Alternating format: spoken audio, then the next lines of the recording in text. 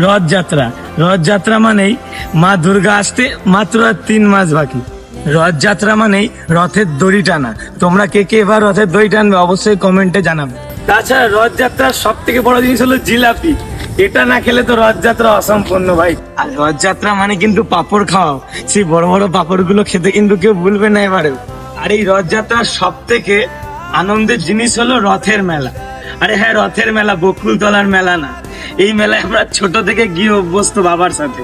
কিন্তু এত কিছুর পরেও এখন আর রথের মেলা বা রথযাত্রা আগের মতন আনন্দ হয় না, কারণ এখন আর আমাদের বাবা তার সাইকেলের পিছনে বসিয়ে রথ দেখতে নিয়ে যায় না।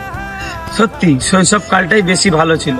তবু আমরা তো বাঙালি, রথযাত্রা আমাদের একটা আবেগ, আমাদের যেতেই হবে, কারণ ওখানে আমাদের মহাপ্রভু জগন্নাথ দেব আছে। জয় জগন্নাথ।